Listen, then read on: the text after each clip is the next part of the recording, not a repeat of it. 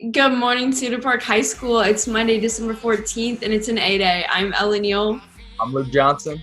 And I'm Abby Martinez. On today's show, reporter Griffin Wade talked to people about the iPhone versus Android debate. Katie Smith is back with her Tool Spotlight, interviewing a student about her small business. Plus information about the Choir Winter Concert, what you need to know about the upcoming vaccine. Reagan Hill gives you the top 3 things you need to know for today, a sports report, your scholarship of the week, and a new Cooking with Claire. Turn it up because the Wolfcast starts now.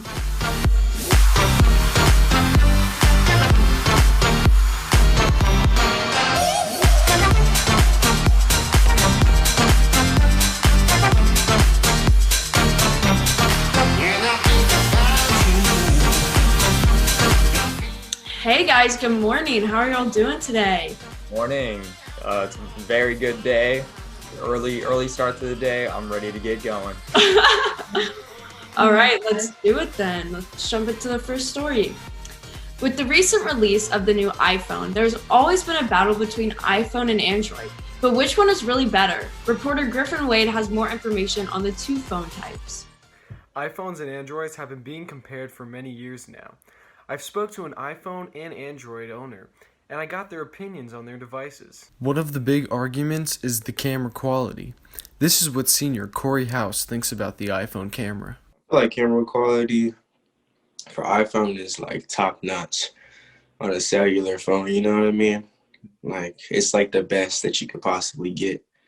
Android's kind of pixelated to me. I don't know. It's just honestly it's preference really, but I feel like iPhone's better. And on the other side of things, Lauren Woods talked about the Samsung. It's really good. It was excellent for a time of release when it came out. Another spec of the phones are the difference in durability in the setting of clumsily dropping your phone. Trash. Straight up. Trash. If I drop it one time, it's game basically. That's the best part of the Galaxy. The glass is like indestructible. I've dropped the thing 1,000 times, never had a crack. Probably the most important thing to factor is when comparing these two devices is the price they are set at. At that time, they're pretty expensive to me. I think they're pretty expensive. But it was cheaper than iPhone. It is a little overpriced, but Android I feel like is the more affordable phone if you're looking for something that's, in a budget. With all of the specs out in the open, the real question is whether either side is stubborn or open to switching sides. I think Android is better than Apple because it's cheaper. It's more intuitive, I think.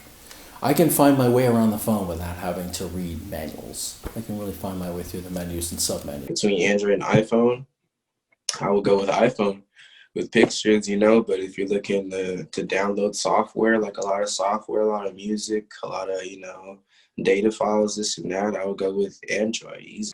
You've heard it here, folks. Both phones are capable of getting the job done, but at the end of the day, the beauty is in the eye of the beholder. Back to y'all. Thanks, Griffin. Let us know in the comments which phone you guys are rocking with and why you like it. What about y'all? What do y'all have? I am sporting the iPhone X. Wow. Yeah, I have the iPhone XR. Looks pretty Yeah, well. I have an iPhone too. Nice. Looks like we're not Very one-sided. pretty biased here, yeah. Yeah. Yeah.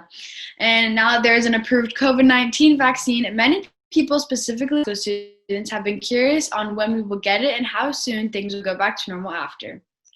The CDC develops the U.S. immunization schedules for children, teens, and adults based on recommendations from the Advisory Committee on Immunization Practices, ACIP. The CDC's recommended immunization schedule, which is also endorsed by the American Academy of Pediatricians and the American Academy of Family Physicians, is the only vaccination schedule that is rigorously tested for safety and effectiveness. Each vaccine continues to be monitored for any safety problems after it is licensed in the U.S. When the vaccine comes out, it's going to come out in limited quantities, and so we're not going to be able to vaccinate everybody all at once.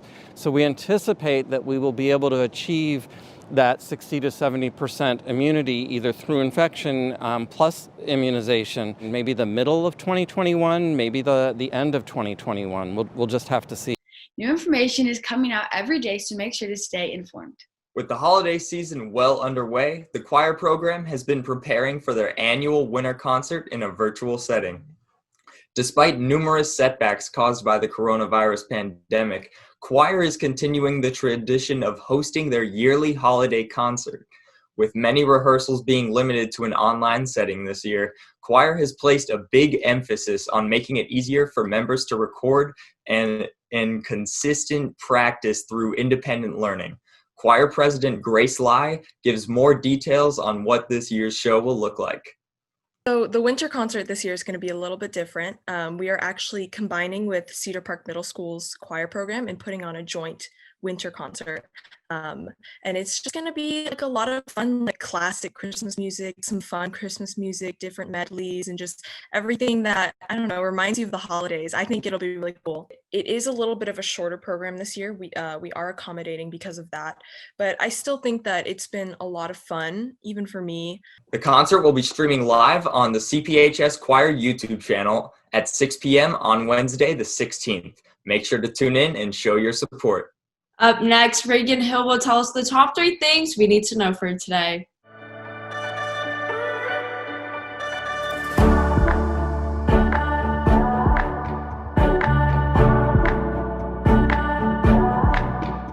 Hello, Cedar Park High School. My name is Reagan Hill, and here are your top 3 things you need to know for today.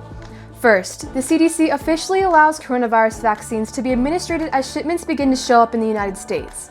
The vaccine may be given to people ages 16 and older, meaning that the shots of the vaccine can now be regulated. The combined 189 boxes of vaccine vials are expected to arrive in all 50 states today.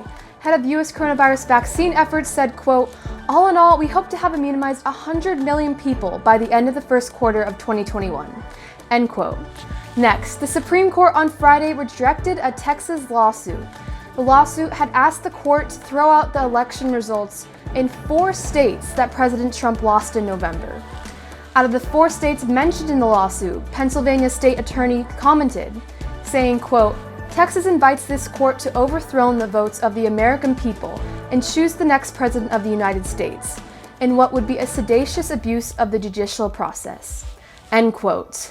Lastly, a Dairy Queen located in Brainerd, Minnesota was a very busy weekend when more than 900 cars participating in a Pay It Forward chain. The chain started when a customer bought a Blizzard for the person behind them in the drive-thru. The Pay It Forward chain lasted for 3 days, raising about $10,000 in sales. Tina Jensen, the DQ manager, said, quote, "After getting through the lunch hour, it was still going in over 100 cars," end quote. I can definitely feel the holiday spirit with that one. And that's all I have for you today. With CPHS News, I'm Reagan Hill. Back to you guys. Thanks, Reagan. What would you guys do if someone had a monstrous order right in front of you or behind you? Oh my gosh. I mean, maybe they'd tell you. I feel like maybe they'd be like, "Hey, I know everyone's doing this, but Yeah, I would appreciate I don't want to pay it forward on that one." Yeah, I would definitely see how my bank account was looking that day, but yeah. Now Katie Whitmarsh is joining me for your sports report. Hello, Cedar Park, and welcome back to the Wolfcast Sports Report. I'm Luke Johnson. I'm Katie Whitmarsh. Inbounding to boys basketball on Friday, they took on the Vandegrift Vipers in a very competitive game. That's right. Our boys pulled through with the dub by 3 points, 47-44. Down the stretch in the fourth, it seemed like we were letting up more points than usual, but ultimately the boys pulled it out. Great job. Their next game will be at Liberty Hill tomorrow starting at 8. Good luck. Switching it over to the Lady T-Wolves, after coming off their 53-11 Marble Falls win last game, their next match is right around the corner. Absolutely. Just like the boys, the girls will be playing Liberty Hill as well, but their battle will be on the home floor starting at 8. If you see any basketball players, whether it be in person or on Zoom, wish them good luck. Also, don't forget, our soccer season is officially starting up with both boys and girls. That's right. Our matchups tomorrow consist of the girls staying here to face Vandegrift at 7:15. And on the boys' side of things, they will travel to Stony Point to face the Tigers at 6:30. Good luck to both teams. And finally, throwing it over to both the Air Raid and the Black Rain, the first round of playoffs saw a huge CP victory. Wouldn't you think so, Katie? Definitely, Luke. The Timberwolves brought out the firepower to produce a monstrous 72-20 victory. Right off the rip, Gunnar Absek came out to play, scoring 4 touchdowns for the game and a 200-yard performance to go along with it. And on the defense, senior Josh Bretz was able to free up the ball for senior Luke Taylor to scoop and carry into the end zone for a touchdown. Great job. Once again this season, we are playing our next game on a Thursday against Foster High School. The playoff game will be held in Waller at the Waller ISD Stadium and will start at 7:30. Good luck, boys. Well, that's all we have for you today. With CPHS News, I'm Luke Johnson. And I'm Katie Whitmarsh. If you're a senior looking for financial aid for college, reporter Jack Polishuk has got you covered with our Scholarship of the Week. Thanks, y'all. Are you interested in art and portraying the state of Texas in your art? Then celebrate the West High School Art Competition. Students must create an art piece involving the state of Texas, including a person, place, landscape, or anything that represents Texas, and it must be a painting.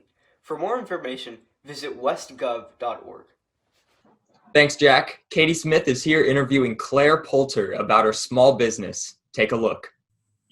Thanks, guys. So today I'm here with sophomore Claire Poulter to talk a little bit about her small business. So Claire, how are you today? I am doing great. How are you? I'm doing great. Thank you for asking. So I was wondering if you could just describe your small business to me and kind of explain your mission. Yeah, so I'm Claire Poulter, as she already said. My business name is Elizabeth Illustrations, and I create greeting cards, family portraits, painted vinyls, and basically any other like art that you might want. But yeah, my main things are greeting cards with like my own watercolor designs that I paint, and yeah, family portraits. So, yeah. Nice. So what inspired you to create this small business? Well, just during quarantine, I had a lot more at-home time by myself time, and I've always loved drawing, but just with middle school and then at the beginning of high school, I didn't have time to just sit and paint. And so after a couple weeks of just rediscovering my love for art, I just decided to start this business because a friend of mine wanted like me to paint a greeting card for her. And so then once I decided, I was like, oh, this is like something that I could actually pursue. So I did some research, got all the right materials, downloaded Photoshop, things like that. And then, and so then it kind of just grew from there. And basically everything I've done was just like walk through open doors. Like the reason I'm doing family portraits is because my aunt wanted me to do a family portrait for her. So yeah, that's what I've been doing. That's kind of why I started it. That's really cool. So one thing that I've noticed about your business is that you have a really good social media presence. And I know that you have both an Instagram and TikTok account. So how do you think that's helped your reach and to kind of help you gain traction? So Instagram has definitely been a big help just because it's a really good place for me to put all my work, put things I'm working on, and kind of relate to customers, if that makes sense. TikTok has been a lot of fun. I'm kind of taking a break from it right now, though, just because it was so time consuming and it didn't end up like kind of pulling in the profits that I had wanted. But I want to start working on that again soon.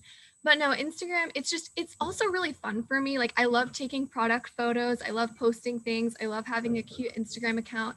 So that's just been something I'm passionate about. And it's a really easy thing for someone if I wanted to be like, oh, hey, you can go check out my business. Just look at it like Elizabeth_illustrations or whatever.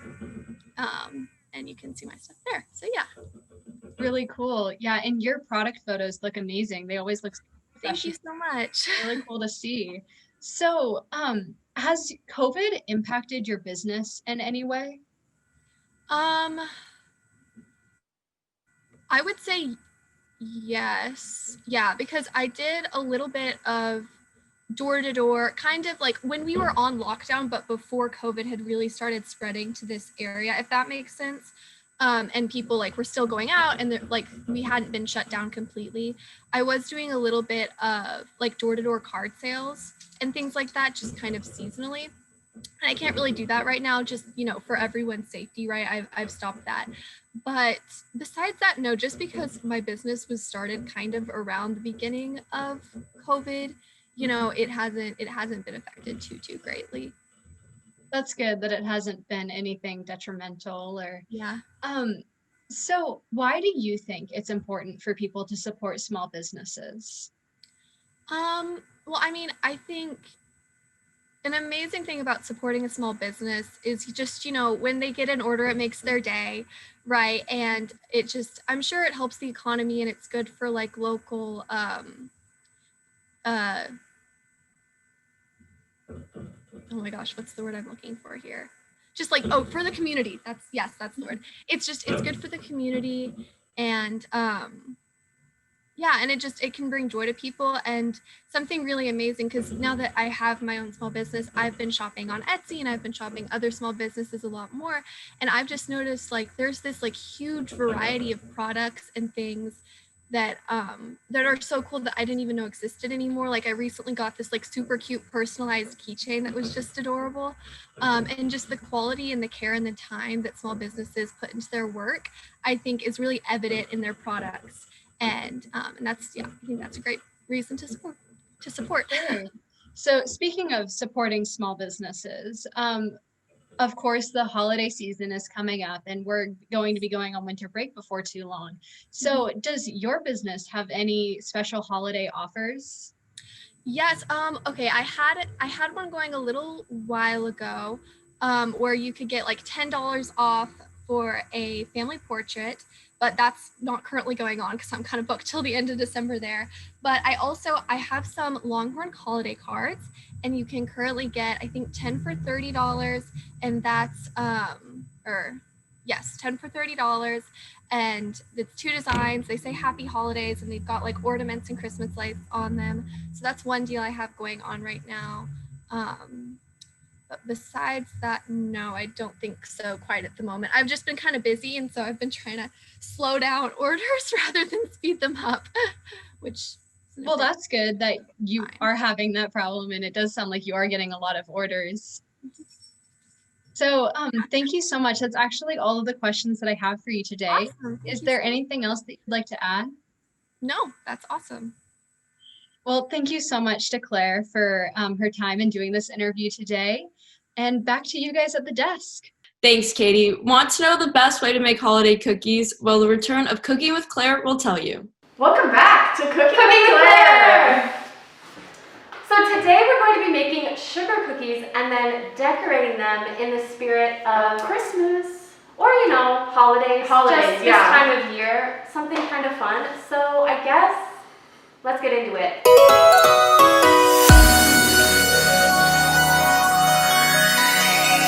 So like the professionals that we are, we have this memorized. So for the sugar cookies, you're going to need 1 cup of unsalted butter, 1 cup of granulated white sugar, a teaspoon of vanilla extract, and then the recipe says half a teaspoon of almond extract. I'm not doing that. I'm not going to be purchasing that. You're going to need an egg, and then 2 teaspoons of baking powder, half a teaspoon of salt, and shall we do this one together? 3 cups of all-purpose flour. Now look at this thing.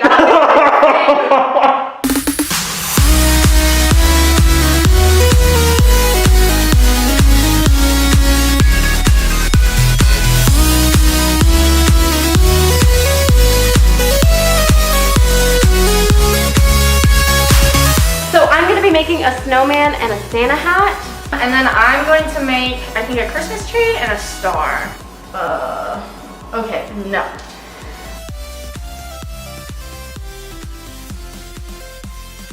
A triangle? I told Can I get one? I told Yeah.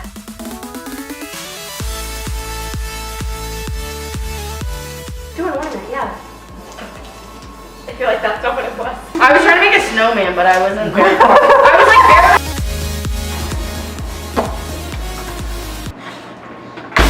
We finished our cookies. They honestly don't look that bad. What do you think? They're gonna fall if you keep holding them. Watch them. I'll put them down. It's time for the fun part. As if if I have not been having a blast this whole entire time. We don't have like typing materials and stuff. So we're just using plastic bags. This is DIY. This is Cooking with Claire, people. You should not be expecting excellence. Shouldn't you microwave that? This would be like so fun. Elizabeth, do you have fun with me doing this? No. Are you doing white on the Christmas tree? I was gonna make a little accents, but Accents? it's fancy. What kind of? Ooh. We are taste testing, and for social distancing reasons, we're doing this separately. It tastes like paint and cardboard. Paint and cardboard. So I'm going to be trying my Christmas tree cookie. My Christmas. There's a lot of the sprinkle, which is really surprising, you know? The cookie is pretty dry, but I do think that if Santa were to taste these, you know what? You'd be on the naughty list. I think he'd keep up your presents in the sack. We're done. We're done. I'm disappointed in our cookies. Disappointed but not surprised. Not surprised. It was still the experience. Happy holidays, everybody. Yeah, have a good break. Stay safe. Stay Yes. safe, stay healthy. Bye. Thanks, y'all. So, Ella, Luke, do y'all have any holiday cookie traditions? Or any holiday traditions you like? I do not.